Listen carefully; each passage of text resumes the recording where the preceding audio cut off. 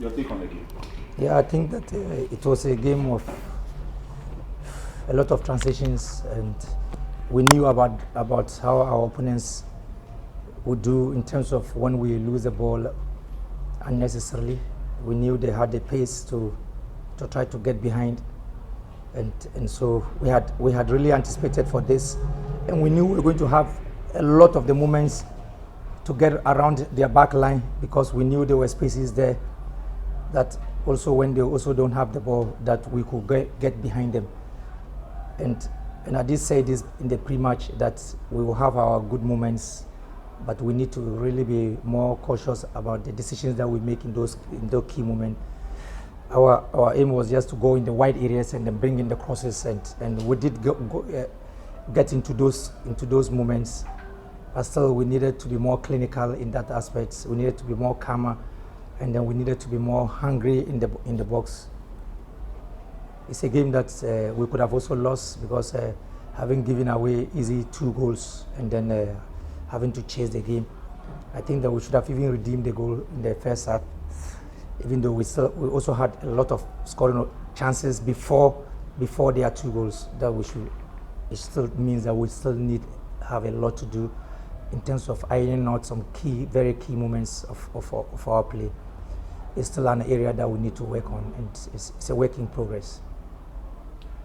Coach, on Friday I was here for the pre-match, and you spoke about Rudolph on yourself. We didn't even ask you about that. And again, we saw that he scored the opening goal. The question is, do you think it's the application or the coaching that didn't go well in him scoring? You can't stop him. You can't stop him. Where he was, how could you stop him? He went through the back line. He was easily alone, and then he walked the ball in and slotted. Good finish. You have to acknowledge that. You can't stop him. You can't stop him. You can't stop him if he moves into the right position. There's nothing you can do to stop him. You try to work on the suppliers to get to him, but if he manages that, these are individual qualities. You can't teach it. You can't stop him, because if he's making that move to set himself in the good position, and then they have the ball and they are controlling the situation, you cannot stop him.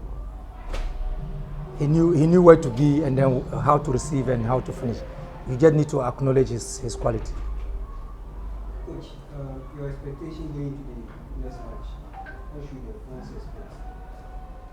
That we keep improving in the areas that we still look so poor in terms of conversion of our created chances, because we do a lot of work to create our chances.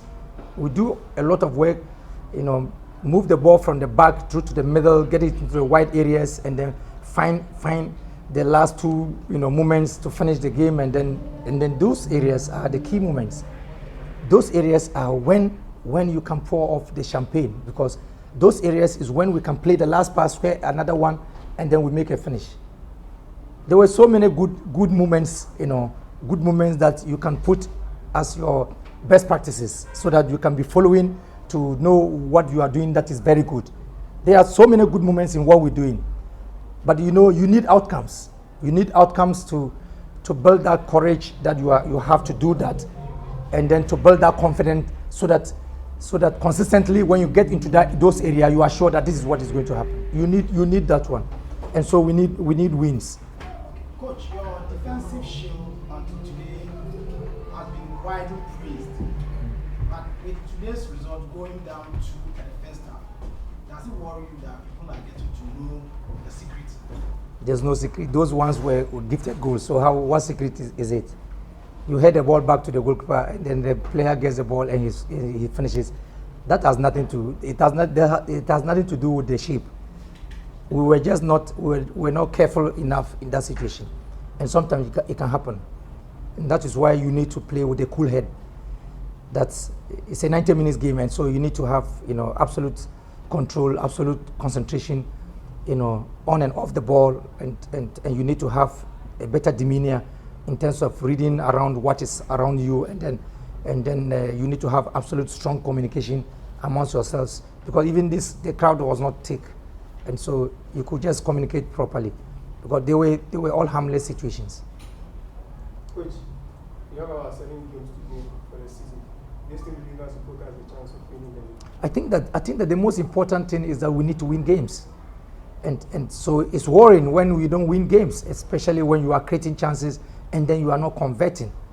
And more especially you have, you know, players who are supposed to be scoring and then maybe they go 10 matches and then they don't even score one. You know, it should be worrying. And it's like if you are a chance to see what we do in training, a lot of, even when we are doing defensive organization, we still set up situations where we can get on the takeovers and then we can do some scoring. So every aspect of our session has an element of finishing, but still we are still chasing the moment to improve on our clinical approach. And even though it's a responsibility that you need to take, to know that you don't just do it once and then believe that that is all. You have to do it all the time, and you need to stay consistent in that.